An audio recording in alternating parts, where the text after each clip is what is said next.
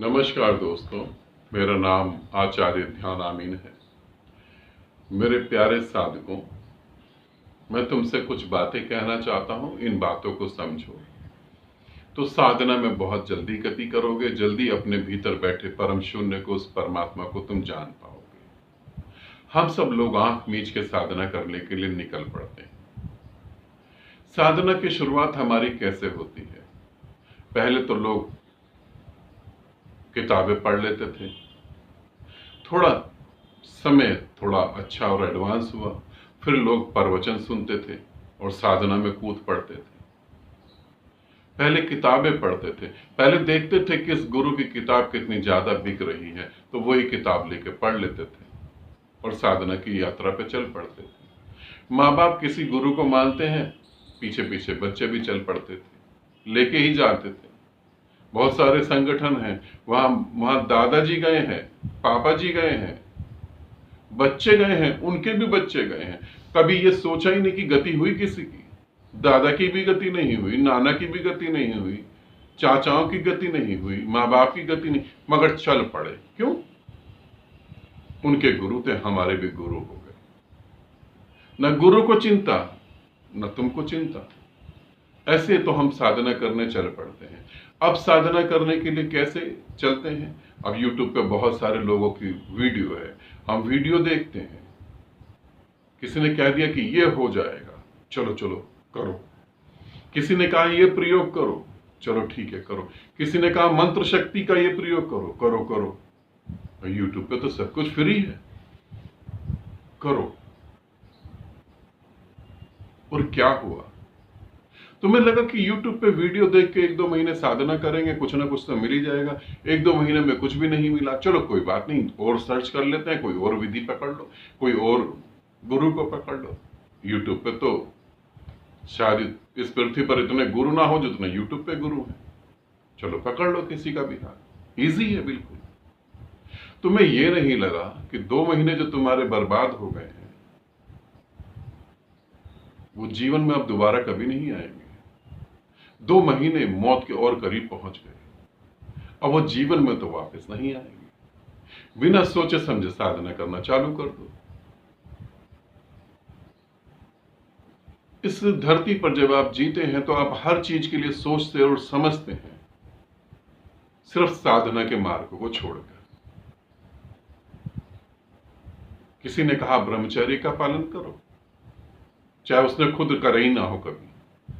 चलो, अब ऐसा ब्रह्मचर्य का पालन करा, 45 साल की 50 साल की उम्र में पता लगा वो वासना ही विक्षिप्त हो गई। 2 साल की बच्ची को देखकर भी वासना उठाई दे रही है,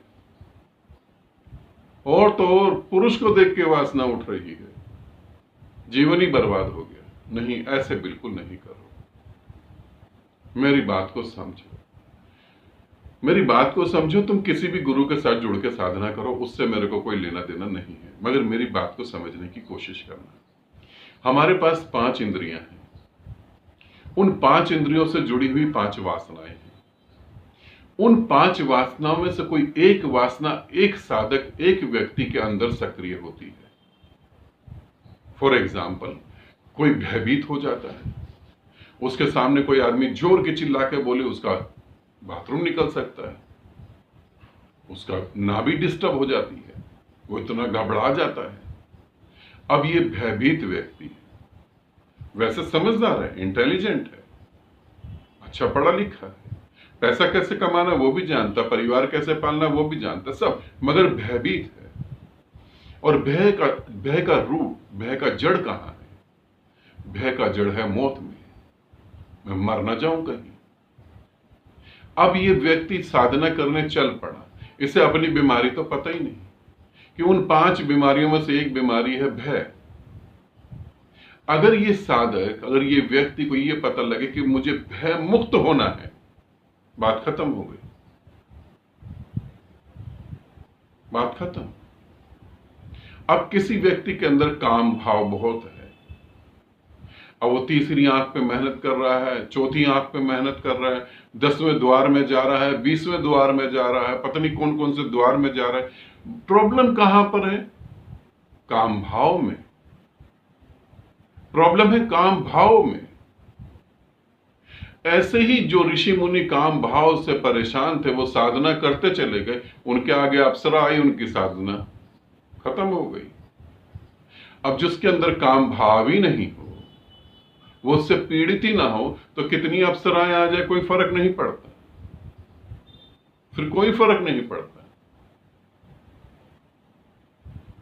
बुद्ध अपनी पत्नी के साथ, बुद्ध की शादी हुई, बुद्ध ने अपनी पत्नी के साथ प्रेम करा और खूब अच्छे से जीवन को जिया। बुद्ध जब साधना करने लगे और जब मन जो है इतना पावरफुल हो गया, तो मन ने जो है उनको बहुत सुंदर सुंदर स्त्रियां दिखाई अंतिम समय में। बस अब बुद्ध को समाधि घटने वाली है, अंतिम समय में इतनी सुंदर स्त्रियां बुद्ध ने कभी पृथ्वी पर नहीं देखी होंगी, इतनी सुंदर स्त्रियां दिखाई, मगर बुद्ध का कोई रस ही नहीं था। वो स्त्रियां धीरे धीरे कुरूप हुई और खत्म हो गई। सोचो अगर बुद्ध के अंदर काम भाव में रस होता तो बुद्ध की समाधि गई थी, जैसे हमारे ऋषि मुनियों की समाधि चली जाती है। तो जिसके साथ काम भाव की प्रॉब्लम है, तो वो काम भाव से मुक्त हो, फिर उसे और साधनाएं करने की जरूरत नहीं है। आपके पास 5 ऐसी बीमारियां हैं, 5 ऐसी वासनाएं हैं जिनके कारण, जिनमें से एक के कारण आप भटक रहे हैं। तो क्यों ना हम उस बात को समझें कि हम किस वासना के कारण भटक रहे हैं, हम उसी वासना पे काम क्यों ना करें, और उसी वासना पे काम करने के बाद उससे मुक्त हो जाएं। उससे मुक्त हुए, बाकी 4 से तो आप मुक्त ही हैं, बाकी 4 से आप मुक्त हैं। तो हमें चारों पे मेहनत थोड़ी ना करनी है, हमें चारों पे मेहनत नहीं करनी। अब कोई प्रेम में डूबा हुआ है, और जब प्रेम में डूबा है तो यहां उसे दुख मिल रहा है। इस पृथ्वी पर प्रेम किसी का सफल नहीं हो सकता। अंधा अंधे को रास्ता कैसे दिखाएगा, भिखारी भिखारी को भीख कैसे देगा। इस पृथ्वी पर जिसे तुम प्रेम कर रहे हो वो तुम्हें प्रेम कर रहा है। तुम प्रेम कर रहे हो इसलिए कि मुझे खुशी मिलेगी, वो तुम्हें प्रेम कर रहा है कि मुझे खुशी मिलेगी। अंततः खुशी तो किसी को नहीं मिलती। सभी प्रेम नरक का द्वार बन जाते हैं देर सवेर। अब प्रॉब्लम कहां है, मगर उसका स्वभाव प्रेम करना ही है। तो प्रेम जो है, अब कैसे हम उसे अकारण प्रेम में बदलें, कैसे निर्वासना प्रेम में बदलें, अनकंडीशनल लव में उसे कैसे चेंज करें। बाकी समस्याएं नहीं है कुछ भी, समस्या सिर्फ वो है। तो आप ये देखने की कोशिश करें कि आपके जीवन में कौन सी वासना आपको परेशान कर रही है, उसी को ठीक करना है, बाकियों को ठीक नहीं करना। बाकी तो अपने आप ही सुधर जाएंगे, बाकी अपने आप सुधर जाएंगे। तो एक ऐसी वासना जरूर है जो आपको बांधे हुई है इस पृथ्वी से, एक ऐसी वासना जरूर है जो आपको परमात्मा से एक नहीं होने दे रही है। उस वासना की तरफ ध्यान को लेकर जाएं, उस वासना को देखें, उसी वासना को समझना है और उसी से मुक्त होना है। मुक्ति हो गई फिर इसे समझें। जो साधक इस बात को नहीं समझ पाएगा वो एक तरीके से अंधों की तरह दौड़ेगा, पहुंचेगा तो कहीं नहीं। अंधों की तरह दौड़ेगा, अपने जीवन को खराब कर देगा। तो आपको सबसे पहले तो यही चेक करना है कि मेरी वासना कौन सी है जो मुझे परेशान कर रही है। इसे समझें, आनंदित रहें, सदा खुश रहें। बहुत बहुत प्रेम आप सभी।